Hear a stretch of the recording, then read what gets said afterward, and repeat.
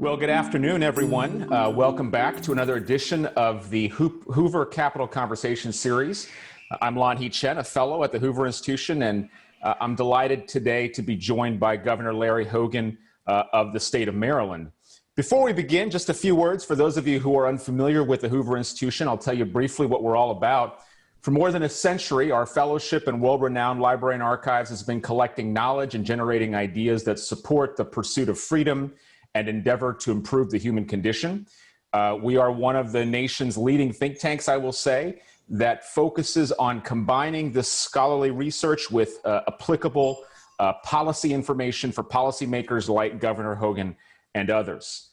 This is a conversation, a series of conversations that we'll be having here over these next several weeks and months between fellows at the institution and those who are actually generating public policy ideas and generating public policy change like Governor Hogan has been so effective at doing in the state of Maryland. Today, we're going to be talking about federalism, COVID-19, but also importantly about Governor Hogan's book, which is a terrific read. If you have not gotten a copy yet, I encourage you to do so. It's a great read. We'll talk a little bit about the book and what's in it today. As part of the discussion we have, we welcome your questions and answers. Submit those in the Q&A button located at the bottom of your screen, and we'll do the best we can to get those questions worked in today. So without further ado, Governor Hogan is the 62nd governor of the state of Maryland, the second Republican to be reelected in the 242-year history of the state. He's had a number of policy priorities that we'll talk about, particularly recently during the COVID-19 pandemic. He's been a leader in ensuring that Marylanders have access to proper testing and that they've got a set of policies that are thought through and rigorous and scientific, but also recognize the need to balance all of these important considerations that we have to go through as we try to deal with this pandemic. As I mentioned earlier, he's the author of a book called Still Standing, which we'll talk about today. Governor, welcome. Well, thank you very much, Dr. Chen. It's wonderful to be with you. Appreciate everybody tuning in today. Looking forward to the conversation. Well, thank you. Great to be with you. I want to start with your book. And, you know, one of the things very early on that struck me in the book, Governor, is you talk about your dad's influence in your life. And there's so many really poignant vignettes in the book where your dad plays an influence in your life. You talk about the joy that you shared the evening you were elected governor. Your dad, a lot of our viewers may know this, but your dad was really a courageous figure in American history. He was the only Republican to vote for all of the articles of impeachment against President Nixon. He was the first Republican to speak up vocally about some of the misdeeds that were going on in that administration. What I'm curious about is, tell us a little bit about how your dad influenced your thinking now as a governor. How do the things that you do every day, how are they affected by him and the figure, the really important figure in American politics that he's been? Well, thank you for the question. I'm obviously very proud of my dad, and I talk about him a lot in the book because he had more influence on me than any other person, and I learned so much about integrity and public service from my dad, who served in Congress back in the 70s, and he served on the House Judiciary Committee during the impeachment of Richard Nixon. He was a Republican who really supported Nixon and campaigned for Nixon and thought he had done a good job as president. But he was also a former FBI agent and Georgetown lawyer who he fought to make sure that the impeachment proceedings were fair. He pushed back when he thought that the Democrats on the committee were being too partisan, and he fought to make sure that the president could provide for a defense and could call witnesses. But after seeing all of the evidence, he really made the very difficult decision to say that the president was guilty of impeachable offenses. And he said that no man was above the law, not even the president of the United States. And he became the very first Republican on that committee to come out for Nixon's impeachment. And at the time, it was not a very popular position. People at the White House and his colleagues in Congress and many of his constituents were pretty angry about it. But it's really the the moment in history that he's most known for and the thing I'm most proud of him for. And I think it just taught me about doing the right thing and putting aside your own personal career, which he gave up by making that decision, whatever personal affection and party loyalty, to do what you think is right for the country. And I had a great example of that in my dad. One of the things you talk about in the book as well is what it was like to win an election that nobody thought you could win. And not to get into the politics of it too much, but, I'm just kind of curious, the themes that you emphasized in that campaign, the need to change state government to be more effective, to be smarter, to be better stewards of taxpayer money, the need to have, a better education for every child in Maryland. How much have those themes during the campaign translated into what you've done as governor? It's really what I've focused almost the past 6 years on accomplishing, and we've made some real progress in those regards. But yes, in 2014, Maryland had the highest Democratic registration of any state in America. We had only elected one Republican in 50 years. And we really were given no chance whatsoever to win. Nobody thought we had any chance. Our race didn't get much attention, and it shocked the world. It was the biggest surprise upset in America. We had to win by winning all of the Republicans, nearly all of the independents, and a big chunk of Democrats. And we did that by putting together a grassroots organization that really focused on economic issues. Our state had raised taxes 43 times in a row, had driven out, we've lost businesses, jobs, and taxpayers who were fleeing our state. And a Gallup poll came out that said 47% of the people in our state wanted to move out of the state. And that just broke my heart, and it made me frustrated enough to decide to try to run for governor and do something about it. And I promised to do something about it. Our overall economic performance was 49th out of 50 states. We had, again, raised taxes 8 years in a row and crushed our economy. And I promised to turn that around. We cut taxes 6 years in a row. We eliminated a $5.1 billion structural deficit, and we turned our economy around where we added more businesses and more jobs than ever before in the history of the state.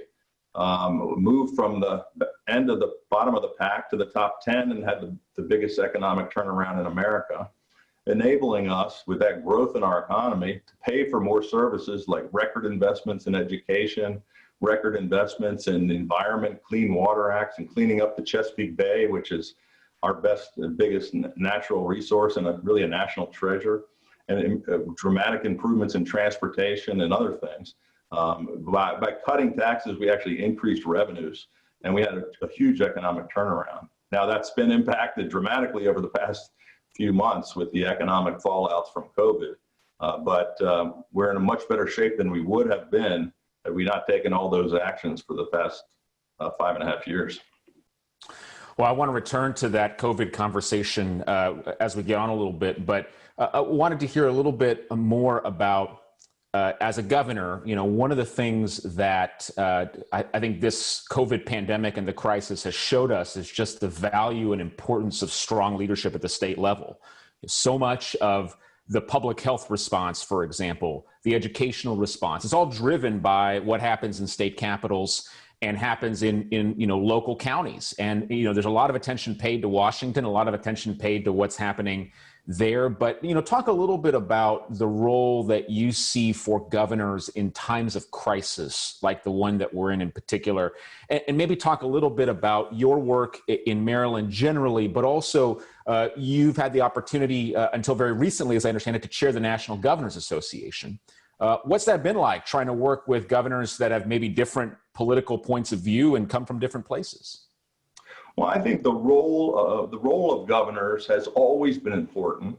I think we're closer to people's problems. And I think the governors across America have really we've been the laboratories of democracy. And I think we've also been doing a more effective job. If you look at every poll for years, voters trust their governors more than they do any of their representatives in Washington.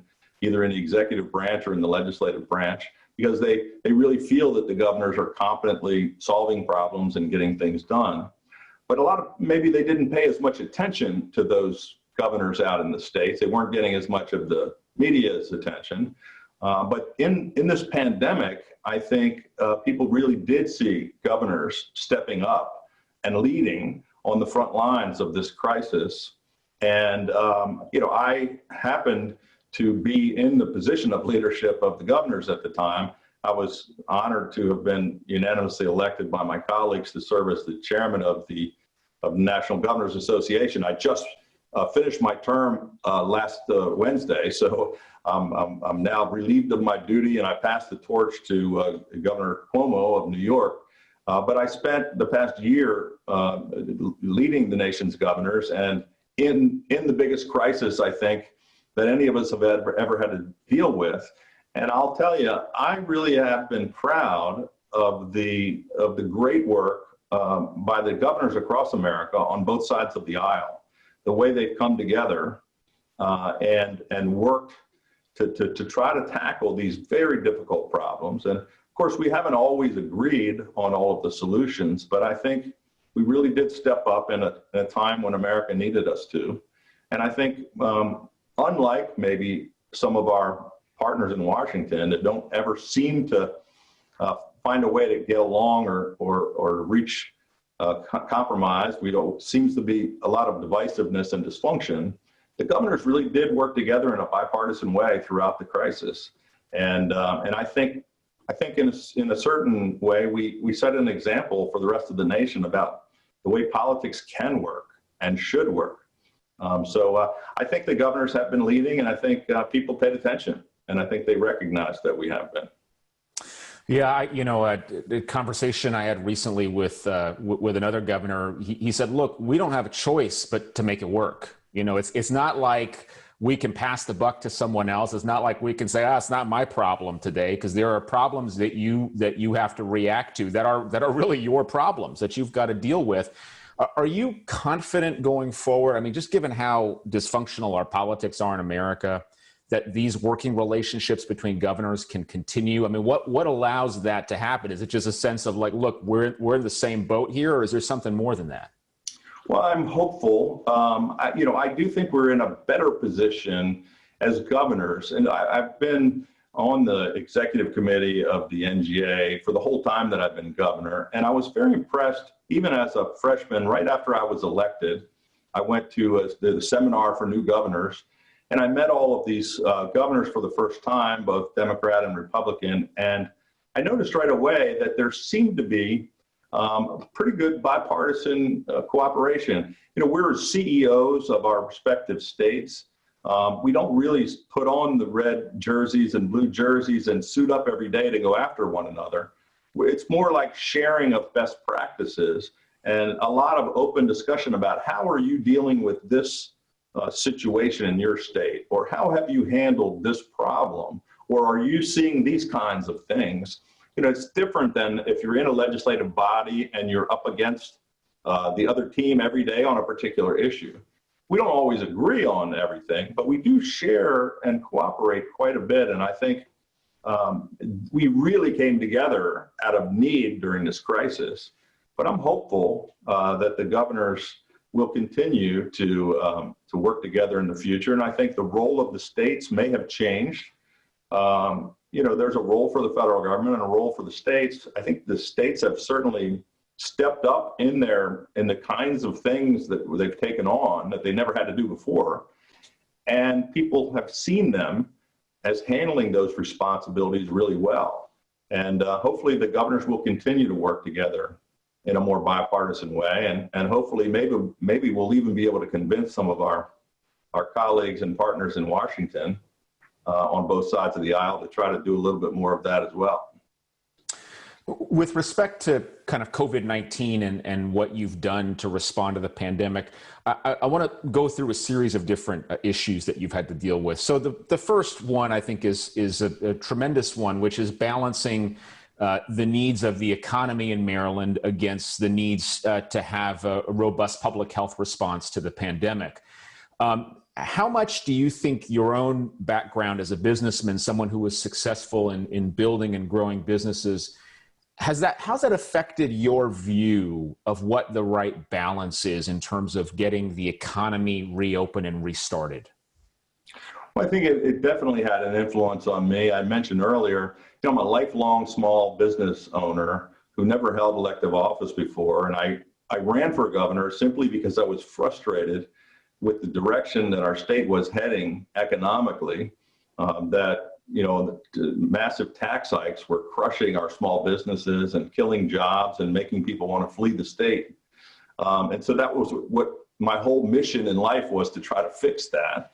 So the last thing I wanted to do was to hurt small businesses and to cost our state jobs. But at the same time, we were dealing with an unprecedented global pandemic where we knew that thousands of lives were at stake. And so you had to balance those needs. And what we did early on, and all the governors were placed in a position where we had to make hundreds of decisions that we never imagined having to take. We never thought we would have to deal with a situation like this. But I put together, at the very beginning of this crisis, the smartest business leaders and the smartest public health doctors and epidemiologists from places like Johns Hopkins and the University of Maryland. We met on an ongoing basis with those business CEOs and leaders and with the health experts. And I tried to get the best advice from both of them about finding that balance. And knock on wood, I think we've done it pretty well in that right now Maryland's numbers are terrific. We've got a declining positivity rate, consistently down, in much better shape than most of the other states across America. And economically, we're doing better than most of the rest of the country. Our unemployment is 30% better than the rest of the country, and we're better than 35 other states. Not to say we haven't been impacted, and we've lost some small businesses and a lot of people are unemployed, but we've managed to kept a huge portion of our economy open throughout this in a safe way. And we've reopened most of our economy with some restrictions and with masking and some capacity limitations, and doing it in a safe manner to keep the virus under control, but also not having these problems of spiking and opening and then reshutting the economy, which is the worst possible thing you can do. How are you thinking about the situation as we move toward the fall and potentially people going additionally back to work or potentially back to school? How are you thinking about how you're going to flex your strategy based on what might happen going forward? Is it the same approach you've taken all along? Do you anticipate having to make significant changes, let's say when we get into the heart of cold and flu season? What's your mentality and your approach to what's coming up? Well, again, based on all that expert advice from a team that we meet on an ongoing basis, and our health team, and we every single day, we watch a whole series of metrics.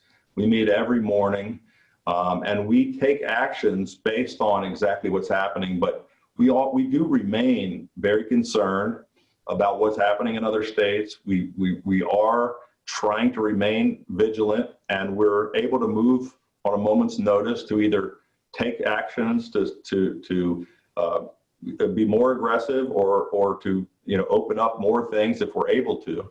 We want to get people safely back to work, and we want to get our economy healthy again, but we want to make sure we do it in a way that keeps people safe. So it's a delicate balance.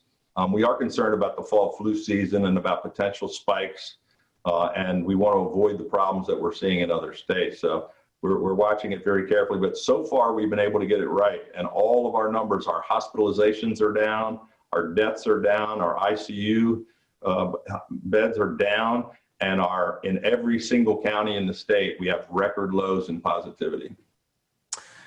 Those are all great pieces of news, and certainly not the case in other states.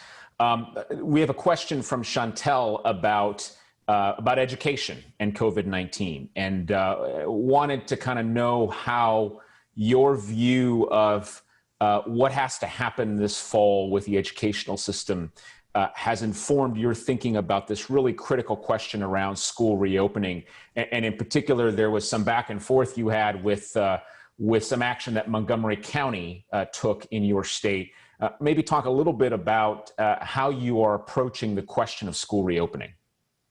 Well, I talked earlier about all of the difficult decisions that we've had to be involved in. This has probably been the most difficult. So many parents would love to see their kids get back into schools, but we want to make sure that we do that in a safe way. And so we've been taking all of the input from the CDC, from our state health department.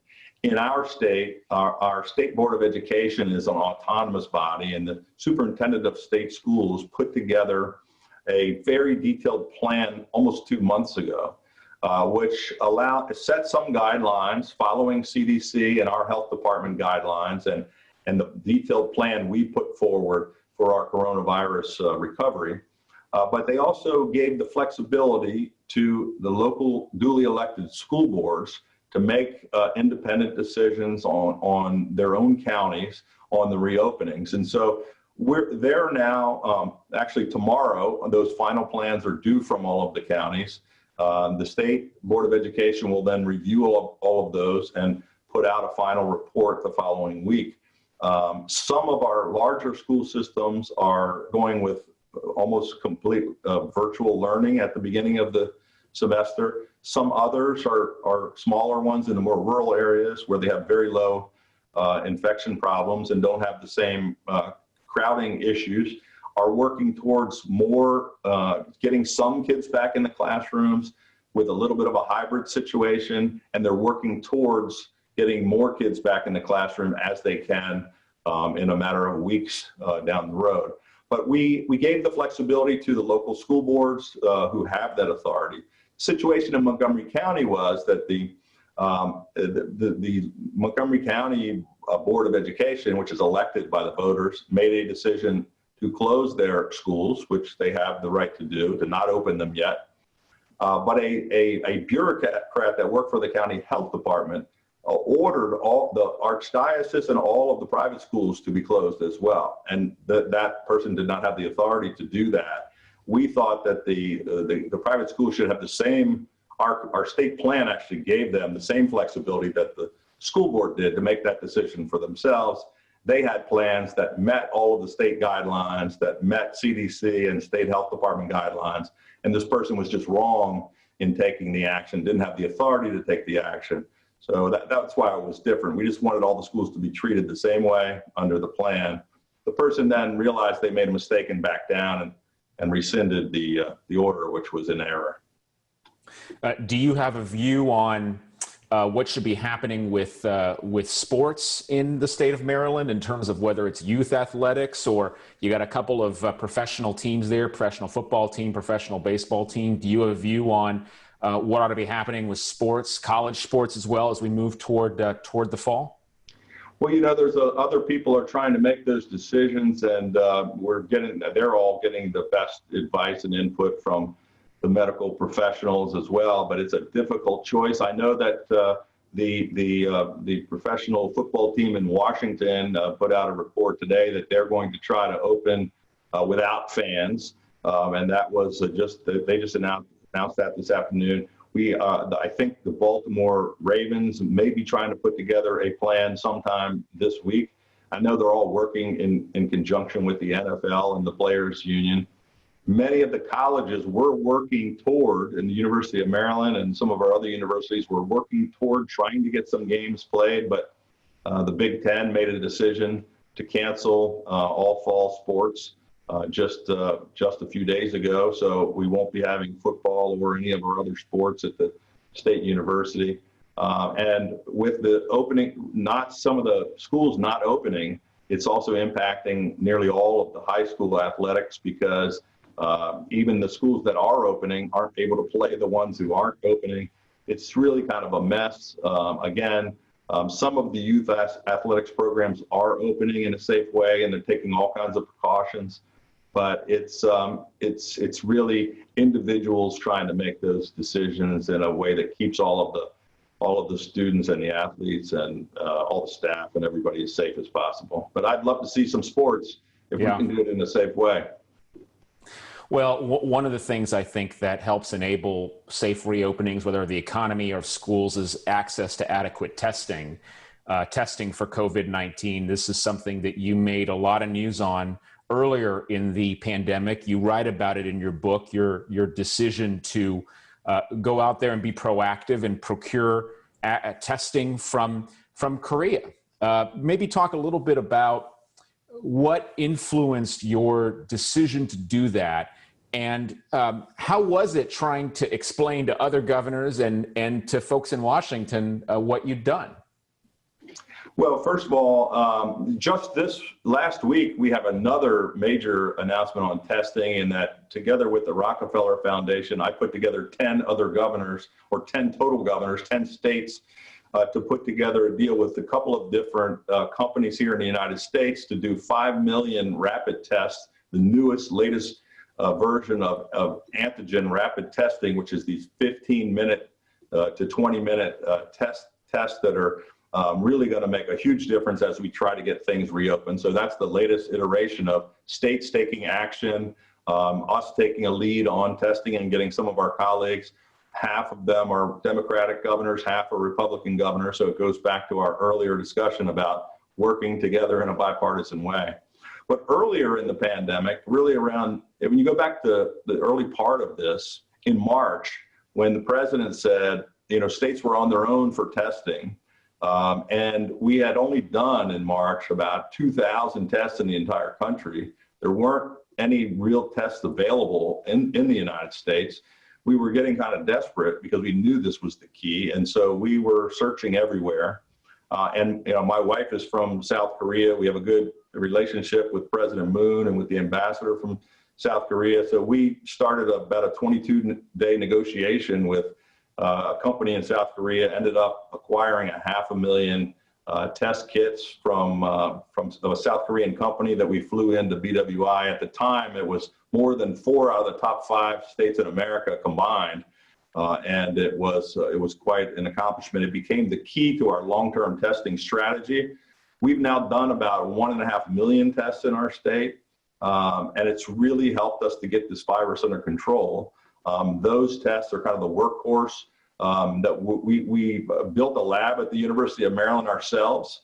We brought in state-of-the-art robotics machines with the tests that we imported from Korea. We're now running them at 2 separate labs. They became everything we did at nursing homes and all of our outbreaks and clusters. So it's been part of our testing strategy, but we also have 220 other testing facilities all around the state using multiple labs all across the country. It is the key to getting open again. And this is a situation where, while we've gotten some assistance from the federal government, it was mostly the states stepping up on their own to try to tackle this problem. And at the beginning of this, it was 50 states competing with one another and with the federal government and other countries in a very constrained market with desperately needed supplies that there was very little of. And so it was difficult, but we were happy we were able to get that accomplished. You mentioned this Interstate Compact that you led to bring online access to antigen testing. It's always struck me that this is a really important part of the response to COVID-19, which is states, particularly neighboring states, working together to try and manage common concerns. Are there other areas where you see this approach potentially being effective in the context of the pandemic? I mean, are there other ways that you think that governors can or should work together to help manage this crisis?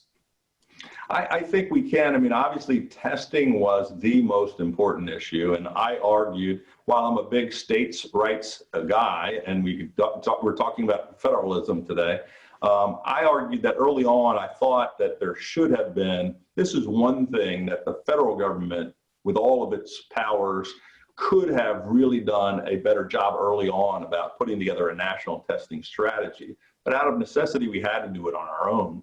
But having 50 states competing with one another did not make a lot of sense. So in this most recent iteration, after our experience before of doing the 500,000 tests from Korea, this time We talked with a couple of American companies, one of which developed these tests in Maryland. And we worked with the Rockefeller Foundation, was helping to organize this and finance this opportunity for the states. There was, competitive pricing by doing a larger order. We're not out competing with everybody. And I was able to convince 9 of my colleagues to go in together on this 5 million tests. Is a pretty big deal because the federal government hadn't done it. But I'm not sure it's the best way to do it, but it's a lot better than each person going out there, scrounging around trying to find their own supplies. And there probably are other things that we could do with respect to PPE, protective equipment, and other types of things. Out of necessity, we've kind of had to form these coalitions, and it maybe is a framework in the future about how states can form either regional and or just partnerships with a larger group of states. Would you be open to syncing up maybe reopening approaches or regulatory approaches around how we deal with this virus, particularly with neighboring states, let's say with Virginia or with other states in your region? Is that something that you've contemplated doing? Well, we've been really, with all the governors, I think I led 50-some calls, video conferences like the one we're doing today with all of the nation's governors, 30-some of them with the president and or vice president, the other ones with just governors. And so there was a lot of talk and cooperation among the governors, but also we did regional meetings. So I talked on a regular basis in our area with the governor of Virginia, with the mayor of Washington, D.C. I've also talked with our other neighbors in Delaware and Pennsylvania. And so there certainly are, the virus does not recognize borders or political parties. Right.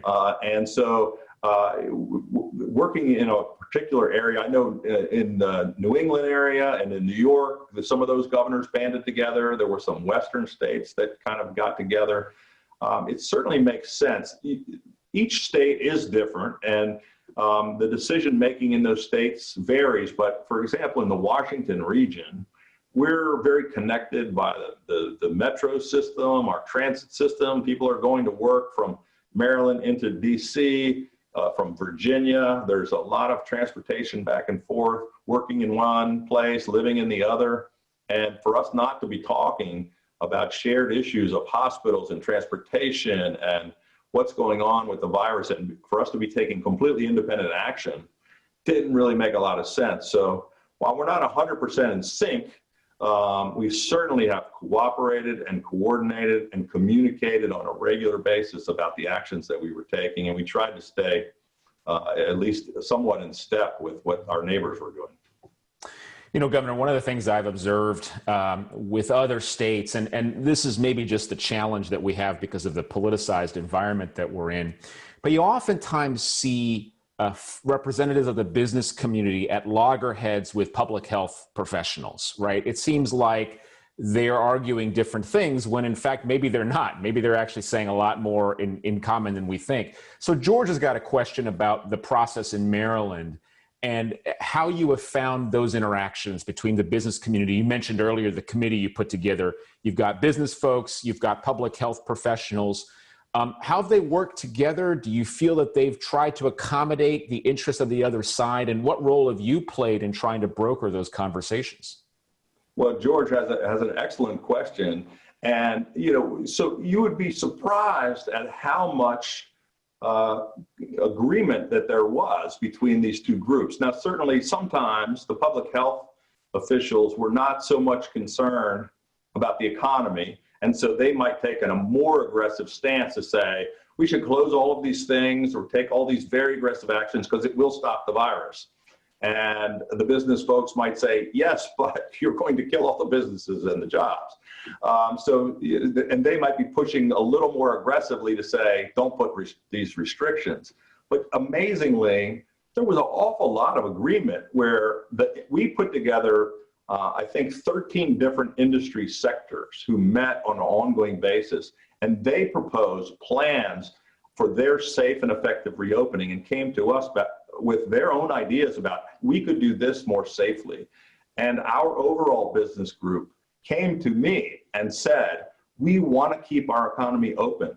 So if you could place capacity restrictions on restaurants, the restaurant industry could stay open. If you would put a masking directive on, we wouldn't have to close all of our businesses because we would stamp out the virus. So we had a unanimous agreement among CEOs on this panel saying, we want you. I was amazed. They wanted us to actually take steps that the doctors weren't even recommending because it would help them keep their businesses open. So you would think they would say, we don't want all these restrictions. In fact, they saw what was happening in other states where things were reshutting, where 21 states were closing things down. And they said, we do not want that to happen to us. So there was a lot of, they got to see the other side and talk to each other. And there was a lot of really good collaboration and discussion back and forth. And sometimes it was surprising that the business folks gave the doctors good ideas about how to stop the virus. Some of the, you mentioned, a lot of the economic decisions do fall to governors, but there are certain areas where the federal government and state governments have to work together. So one of those areas, for example, now is the debate over how we can get relief, economic relief to people who need it, who've been affected by coronavirus, by the shutdowns, or directly because they can't work because of coronavirus. And we've had a series of packages already. One of the proposals that's been raised potentially is putting more onus on the states to cover unemployment insurance for people who may need it going forward. And this is very fluid. Obviously, there's no particular solution, but what are your guiding principles as you think about what the proper role is for Washington versus what the proper role is for states in providing this kind of economic relief as we go forward in this crisis? Well, it's probably it's one of the tougher questions, but obviously there are a lot of things the state can do better than the federal government. We are closer to people's problems. We've been able to get these benefits out to people and administer all of the programs. We're able to help our small businesses, help get this money out to people who are unemployed and desperately need the help. But the stimulus money from the federal government really is the one thing the federal government really should be doing, and the states are really impacted. So we had a commitment from the administration early on, back in April, for a $500 billion stimulus package to the state and local governments, which was not in this latest proposal.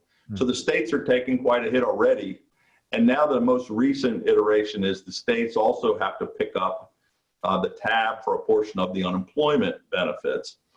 We're taking a close look at that, but our early estimations are this will cost our small state somewhere between $120 to $180 million a month. And we're already in a situation where we're having multi-billion-dollar shortfalls. State and local governments across the country have already laid off 1.6 million people. There's an estimation we may lay off 3 to 4 million more.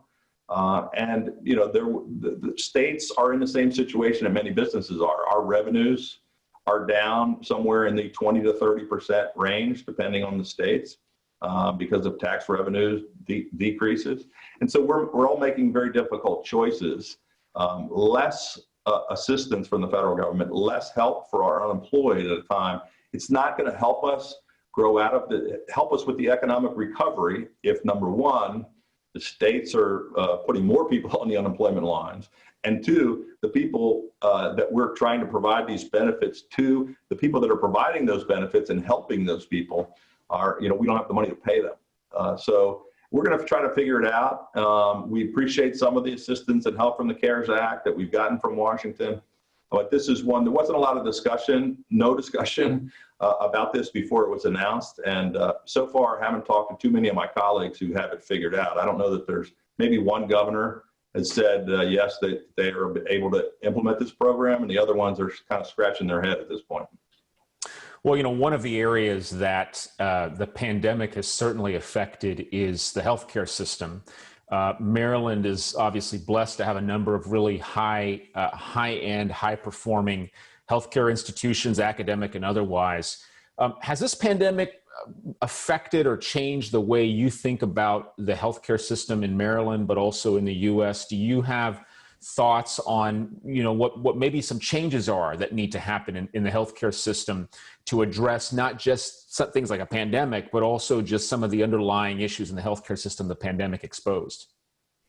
Well, we're very proud to be the home to the FDA and NIH and some of the institutions I mentioned earlier, like Johns Hopkins and University of Maryland, MedStar Health. And we have some great hospitals and great academic institutions with lots of health-related industries. It's a big part of our economy. But there's no question that the healthcare industry has been impacted, just like so many other businesses, in a couple of different ways. Those hospitals were doing less of the kind of profitable things that they normally do. Their revenues are down, and they were providing many of these other services on COVID. Their expenses were way up. They have difficult problems with their frontline healthcare workers becoming sick. They're in the most dangerous profession. They've been really on the front lines. They're the heroes of this thing. Our hospital, we had to build 6,000 additional hospital beds. So we worked with our hospital systems for surge capacity. They are looking at, how they continue to provide services. How do they continue to be profitable? There's not a huge margin in these hospitals. And some of them are hurting just like the state governments and the other businesses are. But I think we have to take a look at how do we become more prepared for the next pandemic? We have to do that at the federal government level, at the state and local government, and in the hospital systems and the hospitals themselves. How do we not get caught flat-footed without ventilators and without swabs and all of this PPE that nobody had, masks and all of those kinds of things, gowns that we couldn't find anywhere in the world. Everybody, is scratching their heads trying to figure out how was nobody prepared for this. We've got about 5 minutes left in our conversation. I want to ask you a couple more questions.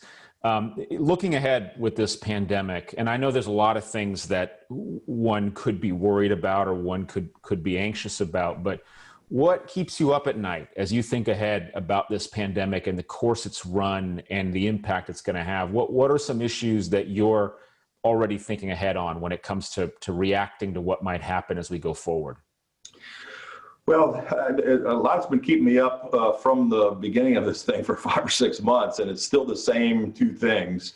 I guess on the health side, while I'm very happy with where we are, I still remain concerned about the potential spike again, the confluence with the flu season, and as we're getting more people into the workforce and trying to get people back to school, that we don't have a resurgence of the virus. That's the keeping people safe and not having another spike.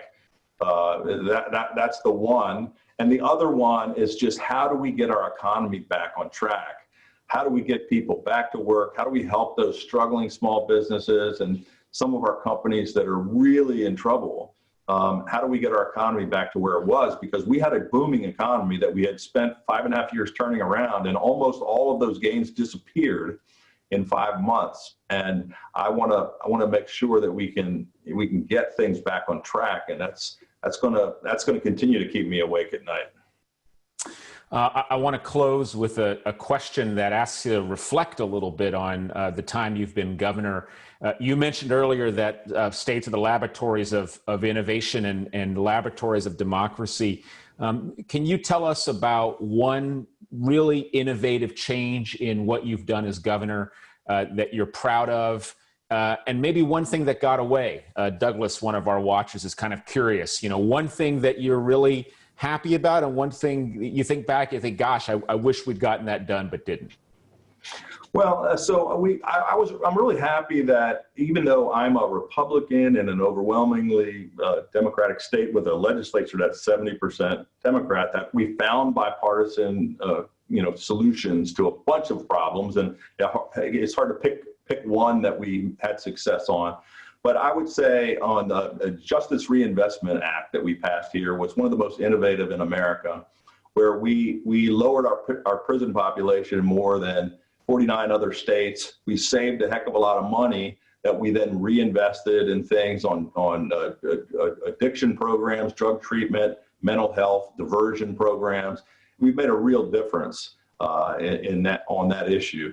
And as far as the one that got away, I think we haven't been able to get everything done. I think the big frustration for me, I'm a big believer in nonpartisan redistricting, because I think gerrymandering is one of the biggest problems that we have facing the country. It's one of the reasons for all the divisiveness and dysfunction.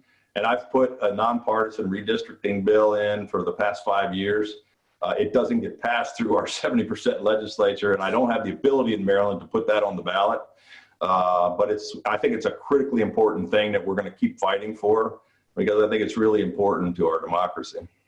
Well, Governor Hogan, this has been a great conversation. Thank you for your time. I encourage all of you, if you want to read more about Governor Hogan's accomplishments, his life, pick up his book, Still Standing. It's a great read, a great opportunity for you to learn more about all the things he's done in Maryland. Appreciate your time and sharing this bit of your day with us, Governor. Well, thank you very much. I really enjoyed it. Appreciate the opportunity. Well, thank you. Before I let everyone go, we're going to have another Capitol conversation coming up on September the 9th at 10 a.m. Pacific, 1 p.m. Eastern. Senator Rand Paul is going to join my colleague, Kyron Skinner. You can learn more about Hoover at hoover.org and the Capitol Conversation series there. Thank you for joining us this afternoon. Thank you again to Governor Hogan, and hope you'll tune in again soon. Take care.